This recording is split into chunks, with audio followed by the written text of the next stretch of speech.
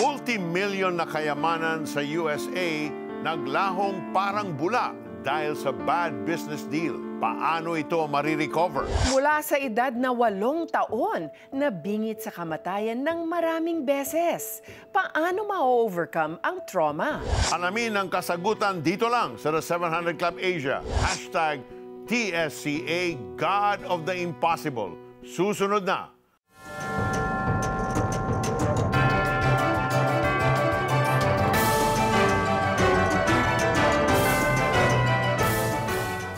Welcome to another inspiring episode of the 700 Club Asia. Warm greetings from all of us here to all our viewers worldwide. May your day be blessed, whatever circumstance you may be facing right now. Joyce, have you ever faced an impossible feat in your life? Na a moment where success seemed to be out of reach? And how did you feel? How did you turn that situation around? Well, it's funny na nagtanong ka ng ganyan tanong, Peter. Kasi last week lang, nalaglag ako sa staircase. Nakita ko yung photos. Nakita mo yung Facebook photo, naduguan po yung aking mga binti. Nalaglag ako sa isang staircase, 4 steps down.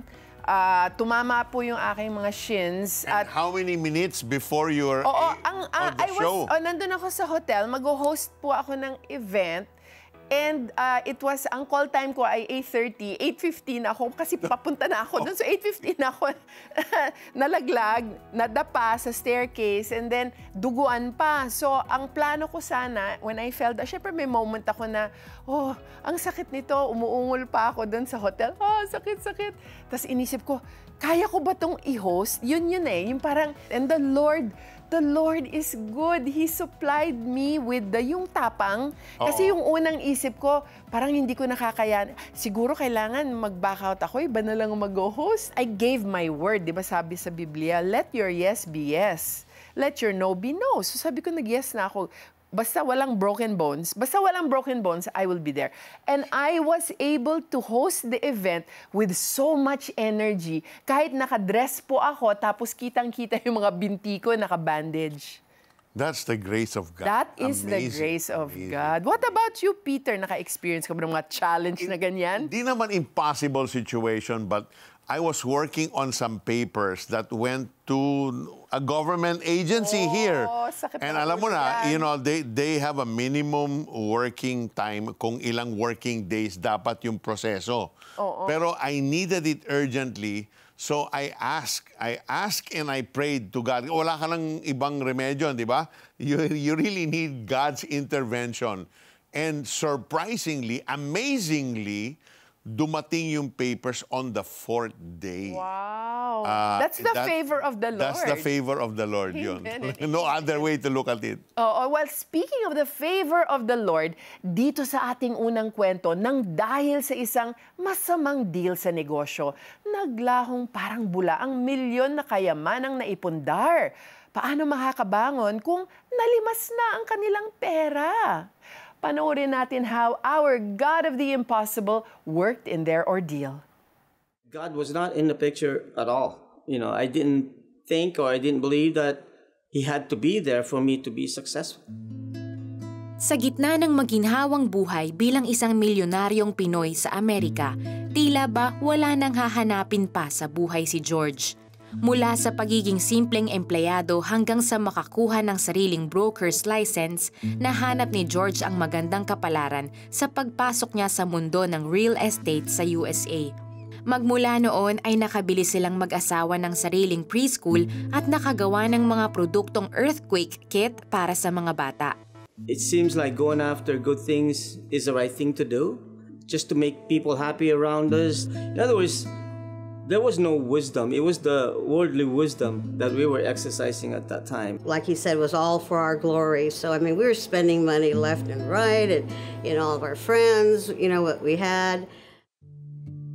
Sa akalang nakamtan ang lahat sa sariling lakas at galing, naghari ang yabang sa puso ni George kaya't walang puwang para sa Diyos. Hanggang sa isang iglap, bumagsak ang kanilang negosyo. When we had a bad business deal, that's when we had to go bankrupt. And one morning we woke up, there are no more cars. And the kids were on the way to school. They go, Mom, where's my car? I go, I don't know, you know. And we found out they repossessed all the cars, and then we got notices on the house. So we had to start all over again. Ang natitira lang noon is plastic case na ganito na ang tawag namin EduCase na didesign ng misis ko. That's all we had to sell. Ang hirap magbenta kasi walang earthquake. Araw-araw wala namang earthquake, hindi naman earthquake palagi. Ang naranasang kawalan ang nagbigay ng puwang sa Diyos upang magsimulang makakilos sa puso ng kanyang asawa. For a long time, I was so miserable, but I decided one day to go to church. And then the pastor, it was Raul Reese from Calvary Chapel. As soon as he went to the podium and he opened the Bible and read, I knew right then and there that that was really what was lacking in my life, was a relationship with Jesus. Inimbitahan ng kanyang asawa si George na magtungo rin sa simbahan. Sumama siya, ngunit bitbit pa rin ang pagmamatigas sa puso. Hanggang sa isang mensahe ang bumasag dito. Doon ako tinamaan dun sa, for God so loved the world and He gave. So siya nag-umpisa. Siya nag-initiate ng giving. It's not us that we have to go after Him. No, He's always coming after us. It's just a matter of us opening up our hearts to Him. Sa isang Christian crusade, tuluyang tinanggap ni George ang kanyang kahinaan at ang matinding pangangailangan sa Diyos. Naging inspirasyon ni George ang Panginoon sa negosyo. Sa tulong ng Diyos, nagkaroon silang mag-asawa ng karunungan na pagandahin pa ang kanilang produkto. Ang dating earthquake kit ay ginawa nilang mas kaakit-akit na first aid kit. Pumatok ang kanilang produkto, nakabawi sila sa kita hanggang sa makabuo ng sariling first aid kit company. Nakapagbigay sila ng trabaho sa mga nangangailangan at dating may magugulong buhay. Marami rin silang naging manggagawang Pilipino, kabilang ang kanilang mga anak na nagpapatakbo na rin sa negosyo ngayon. Sila na rin ang naging supplier ng mga first aid kit sa kilalang grocery at shopping stores sa Amerika. Sa lahat ng tinamasang biyaya, ginawang commitment ni na George at Merlin sa kumpanya ang paglalaan ng oras sa Diyos at pananalangin bago ang pagsisimula ng trabaho. Sa patuloy na pakikipag-usap sa Panginoon, nakalampag ang puso ni George na magsimula ng isang makabuluhang misyon, ang maipakalat ang pag-ibig ni Jesus at makatulong sa mahihirap. This is not about me anymore. This is my calling, this is our calling as a husband and wife and the family. Binuo nila ang isang ministry na tinawag nilang Vision Impossible upang magdala ng suporta sa iba't ibang simbahan at misyonary sa Pilipinas, Mexico, South America, India at USA. God really settled me down to remind me that this is His work and this is His mission. If we continue to make ourselves available to Him, He will continue to grow and enlarge our territories for His sake, for His glory, not for us. Ang bahagi rin ng kinikita ni na George at Merlin sa negosyo ay napupunta sa mahihirap na Pilipinong tinutulungan ng Vision Impossible. We're doing it to bring more people to the kingdom of God. There's nothing better than seeing a smile on a little child, seeing their club feet and all that be straightened and walk again. God blesses us so we can bless others. This is what we want to leave our kids. This is our legacy, serving the Lord, loving the Lord, and not doing it for ourselves, but doing it for the Lord. Sa gitna ng maginhawang buhay bilang isang milyonaryong Pinoy sa Amerika, wala ngang ibang nais na ipagmalaki si George, kundi ang Panginoon na siyang may-ari ng kanyang buhay. When God said, trust in the Lord with all your heart, lean not on your own understanding, pinapakita niya sa amin palagi na He's the one that's in control. That's when we really learn to live. That's how we can experience the goodness and the faithfulness of God's Word. We truly have an amazing God. Yung iniisip nating imposible, God makes possible. Tama. To survive, George started selling what remained of their business. But he experienced several rejections. In their miserable situation, the couple sought God and realized He could do the impossible in their lives. Alam niyo po, when we trust in God, He will do great things in our lives. He will do even the impossible. Kagaya ng sinabi ni Lord kay Propetang Isaias, "Masdan mo, ako ay gagawa ng isang bagong bagay. Ito'y nagaganap na, hindi mo pa ba makita? Gagawa ako ng isang daanan sa gitna ng desyerto at magkakaroon ng ilog sa lugar na ito." You may be in what looks like an impossible situation right now. Maybe you're facing difficulties that seem impossible to overcome. Or perhaps you are tired of waiting for what seems like an impossible dream to come true. My friend, don't give up. Look up to God. Raise your expectation and choose to believe that God can do the impossible in your life. Alam mo, when we hope, we don't hope uselessly. We hope expecting God to move. But first, you need to surrender your doubts, your worries, and all your concerns to Him. Surrender your whole life to Him and accept Him as your Lord and Savior. Siya na ngayon ang maging partner mo. If you want to do that, follow us in this simple prayer. Lord, I have come to the end of my rope. I have tried, I have pushed, I have kicked. Lord, hindi ko na alam kung anong gagawin ko. But now I look up to you and realize my sinfulness in trying to fix things my own way when I am so limited. So Lord, I repent of my pride. I repent of my sinful ways, and I ask for your forgiveness. Lord, will you cleanse me? Will you just touch my heart this very moment, Lord? As I open up that door in my heart and invite you, Jesus, into my life, to be my Lord, to be my Savior, to be the God that will lead me, to be the God that will give me wisdom so that I will know exactly what to do, that I may live a life that is pleasing to you. Thank you for dying on that cross, paying for all of my sins, removing my shame and my guilt, and giving me a brand new start, a brand new life. Thank you that what was impossible to achieve because of you now becomes possible. I pray this prayer from my heart in the name of Jesus. Amen and amen. Ngayong tinanggap nyo si Jesus sa inyong buhay, mananahan ang banal niyang Espiritu sa inyo at ang kanyang kapangyarihan ay maghahari sa inyo. Ang sabi nga ni Apostol Pablo, sa kanya na makakagawa ng higit pa kaysa maaari nating hilingin at isipin sa pamamagitan ng kanyang kapangyarihang naghahari sa atin.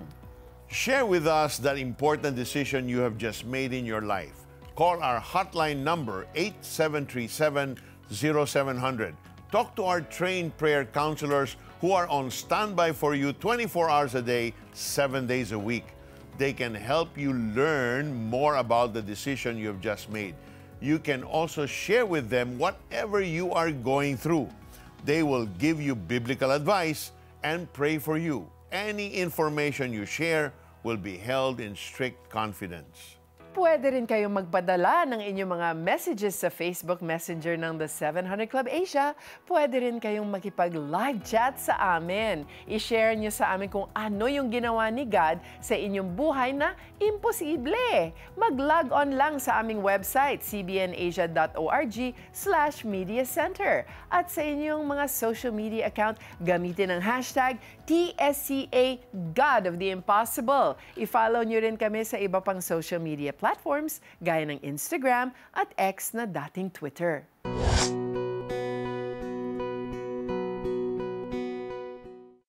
Walong taon nang mategang inaalagaan ni Nanay Amelia ang nag-iisang anak na si Alan. Once na nag-epilepsy na siya, taranta na po kasi hindi namin alam ang gagawin. Malaking hirap ang pagpunta nila sa physical therapy sessions at mga check-up ni Alan. Sira na kasi ang kanilang ginagamit na wheelchair. Sapat lang din ang kinikita ng kanyang asawa.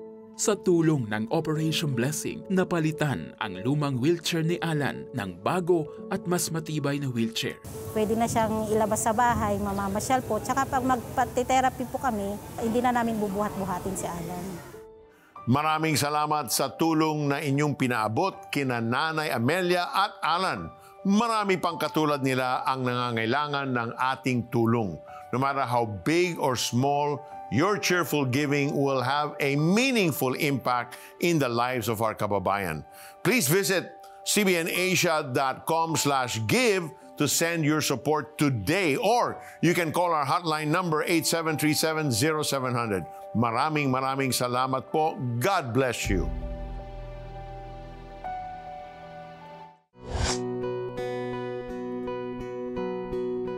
Walong taong gulang si Anthony nang mag-agaw buhay sa ospital. Nag-50-50 na ang kalagayan niya dahil sa polio. Buti na lamang at may nagmalasakit na nag-donate ng dugo na dumugtong sa buhay ng batang si Anthony.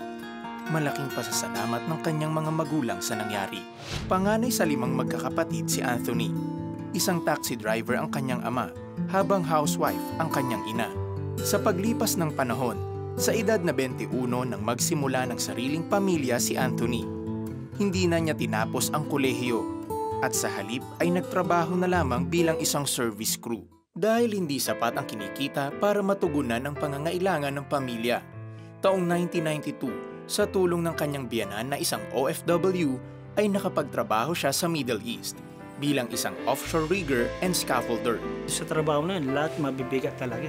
Wala kang masabihin mo talaga may time na kahit masama ang panahon, nagtatrabaho kayo. Rain or shine talagang trabaho dahil may tinatarget na time yung yung kliyente. Kasi kung may loob mo wala. Give up ka Ang pinakamapangalip na naranasan ko nung nasa gitna po kami ng tinatawag na field, may bad weather po pala. May parating na cyclone. Hindi po kami nakaalis agad doon. Late na pong nung sinabing mag-pull out kami. Lahat po ng anchor cable, rinilis po lahat ang angkla. Pinutol po yun. Tapos, bumangga kami sa isang platform. Salamat namin na shutdown. Kung di po na-shutdown yung platform na yun, automatically lahat po kami patay doon. Kasi sasabog yun Live mga langisan yan Pangalawang buhay po na namin to Sa kabila ng pangyayari, alang-alang sa kanyang pagmamahal sa pamilya, ay buo ang loob ni Anthony na magpatuloy kahit madalas na nalalagay sa bingit ng kamatayan ang kanyang buhay. Makaraan ang 6 na taon sa Middle East, lumipat naman siya ng Estados Unidos sa parehong trabaho. Dito muli siyang nalagay sa panganib dahil sa aksidenteng mahagip siya ng tali sa paa habang nasa taas siya na 80 feet. Mabuti na lamang at naka-safety gear siya kaya nakaligtas siya sa aberya. Lord, napakabuti niyo po sa akin kako sinagip niyo na naman ako. Makaraan muli ng 6 na taon, taong 2004 ay lumipat naman siya sa bansang Nigeria. Matiwasay at ligtas ang kanyang pagtatrabaho at walang aksidenteng kinaharap sa loob ng 2 taon. Ngunit, ibang uri pala ng pagsubok ang kanyang pagdadaanan. Isang gabi, tila isang bangungot ang naganap sa buhay ni Anthony. Pagkakita sa akin talagang blackout na ako. Talagang blackout ka Kaya nga bit nila akong pababa. Wait! Go! Please! Go! Dinala kami sa isang lugar. Ang layo siguro mga biyahe siguro ng bangka. Siguro sa estimate siguro mga 1 oras. Takang-tatakasan sa lugar talagang bubat Ang ko sabi ko baka katapusan pa na dahil iba to dahil nagkabarilan nga Dahil to talagang pumapatay ng tao.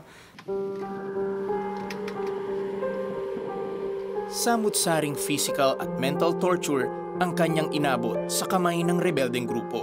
Suntok, sipa, sigaw, tapos yung ba naman may dalang tali. Ayan sasabit na namin kayo. Your government is gonna bring $600 million. $600 million! Get it! Don't get me! Kill yourself! Kill yourself!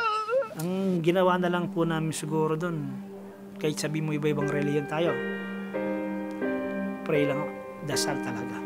Pray ko, sabi ko, Lord, kung mamatay man akong iuwi mo lang yung bangkay, yun lang inaano ko sa kanya. Importante makita ng pamilya ka. Yun ang pinaka-dasal doon. Sabi ko sa Diyos na bahala ka na sa pamilya ka, gabayan mo na lang kung mawawala man ako. Makaraan ng 12 araw, sa tulong ng negosasyon sa pagitan ng gobyerno ng Nigeria at Amerika, pinalaya at nakabalik si Anthony ng Pilipinas. Subalit, kakatapos ng isang unos, panibagong pagsubok ang kanyang sinuong nang makita niyang nasa kritikal na kondisyon ang kanyang ama dahil sa atake sa puso. Po, napakasakit, di ba? Galing ka na sa worst na pagkatapos pag-uwi mo, palitaan mo yung tatay mo na sa ICU. Yung pinakamasaya doon na sinisisi ko sarili ko. Dahil lang nangyari, parang tinibdim ng tatay ko yung pagkawala ko. Paulit-ulit na nanunumbalik kay Anthony ang trauma na dulot ng pagkaka-hostage sa kanya. May time na naisip mo na parang gusto mo nang magpakamatay. Kasi pag naisip mo yung nangyari sa'yo, mahirap talaga eh. Siyempre kahit sinunduman talagang hirap eh. Di mo nga alam kung uuwi kang buhay o hindi eh. Yung dati, lagi siya nakangiti. Nung after nung ma-hostage niya, lagi na siyang tahimik, ayaw niyang maraming tao. Masakit kasi parang hindi siya yung asawa ko eh. Hindi siya yung Anthony na umalis noon, hindi siya yung Anthony na asawa ko, hindi siya yung Anthony ng tatay ng mga anak ko. Nung dumating siya yung time na yun. Sumailalim si Anthony sa mahabang proseso ng recovery. Malaking tulong ang kanyang pamilya, psychologist at lalong higit ang Panginoong Diyos. Baon ng kalakasan at katatagan buhat sa Diyos ay muling nakapagtrabaho sa ibang bansa si Anthony makaraan ang 4 na taon. Nagbunga ang lahat ng sakripisyo ni Anthony nang makapagtapos sa kolehiyo ang kanyang 2 anak at kapwa meron ng trabaho. Aktibo rin ang pamilya Santos sa lahat ng mga gawain sa simbahan. At isa na rito ang pagdodonate ng dugo ni Anthony upang makadugtong rin ang buhay ng ibang tao. Huwarang OFW siya, tsaka huwarang tatay. Nagpapasalamat ako sa Diyos dahil tinawag niya kaming buong pamilya na makilala siya at magtiwala sa Kanya na kahit anumang problema dumating sa amin, hindi niya kami pababayaan. Ang talagang Diyos sa akin yung Savior ko dahil sa experience ko nangyari sa akin. Siguro, natin, pangatlong buhay, pang-4 na buhay, pananalig sa Diyos. Okay? Tsaka yung pagmamahal sa pamilya. Yung parating bawalin mo. Makakasurvive ka kahit saan ka pumunta. Kapit lang kay God kahit anong pinagdadaanan mo. Hindi ka niya pababayaan. Totoo talaga that it's only God who can help us get past these impossible situations like trauma. Alam mo, Joyce, if it were not for our God, who can make all things possible, it would have been impossible for Anthony to triumph over those life-threatening tragedies in his life. God never left him, as He has promised in the book of Isaiah, chapter 43, verses 2 and 3. When you pass through the waters, I will be with you. And when you pass through the rivers, they will not sweep over you. When you walk through the fire, you will not be burned. The flames will not set you ablaze. For I am the Lord your God, the Holy One of Israel, your Savior. Whatever you are dealing with right now, whether it's physical or emotional pain, maybe you are sick right now and you need prayer. Well, I am going to pray for you just in a little bit. But please, don't lose hope. And don't say that there's no way. God feels your pain. And God sees even the deepest recesses of your heart. So put your hope and your trust in God. When you do that, God will do what seems impossible for you. As Jesus said, what is impossible with man is possible with God. Kaya let's pray together. Lord Jesus, you are the God of the impossible. And you came to save and to heal in the middle of my sickness. Kahit marami akong doubts, I will look to you and I will put my hope in you, a hope that has an expectation that you will answer my deepest need. Lord Jesus, protect me in the middle of this challenging and impossible situation. The Bible says that with you, all things are possible. Kaya I am looking at you right now and trusting you in the middle of my sickness. You know every single cell in my body. and you can heal me. And I put my full faith in you, from mental illness to physical illness to the worst situations, like even a past trauma. I know you can set me free. Lord Jesus, you set free those who have been trapped by trauma, and I put my faith in you that you can do the impossible. Peter? There's someone now with a heart condition. You are going to have your checkup. The doctors have told you that it's possible you may have to undergo a quadruple bypass, but the Lord is supernaturally healing you this very moment. Receive that healing for you now in the name of Jesus. There's also a young person, you've hurt your left shoulder and you're in so much pain, but the Lord is saying, I'm supernaturally touching your left shoulder now. In fact, you're feeling the pain being less and less. And there's a businessman watching now. You are so depressed. You have worked almost a year for this business deal and spent money. Now the door is closed. The Lord says to you, I have heard the cries of your heart. I am opening that door. Be amazed, and I'm going to pour a blessing in your life, for I am the Lord of the impossible, says Him. Receive that by faith in Jesus' name. Amen.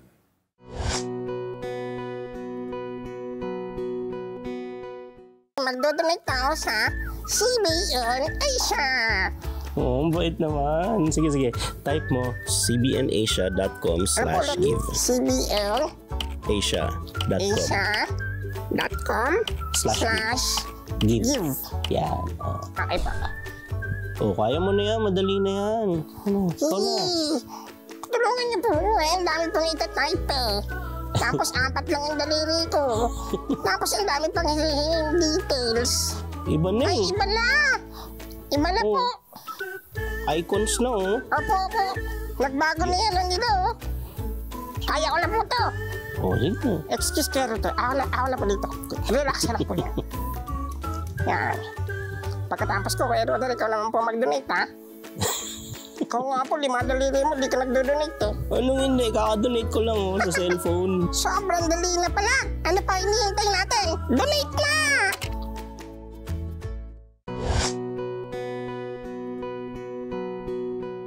We serve a God of the impossible. What God can do goes far beyond our situation and our limitations. But sometimes fears and worries slither their tentacles into our faith, and we wonder if God can really do the impossible in our situation.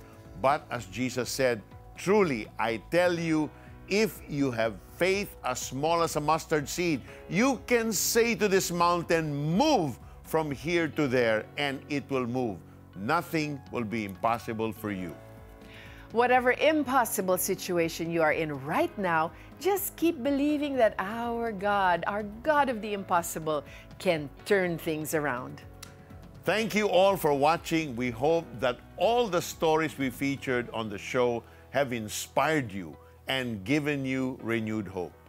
If you want to see more inspiring stories, partner with us. Call the numbers on your screen or scan the QR code. God bless you all more and more. Bye!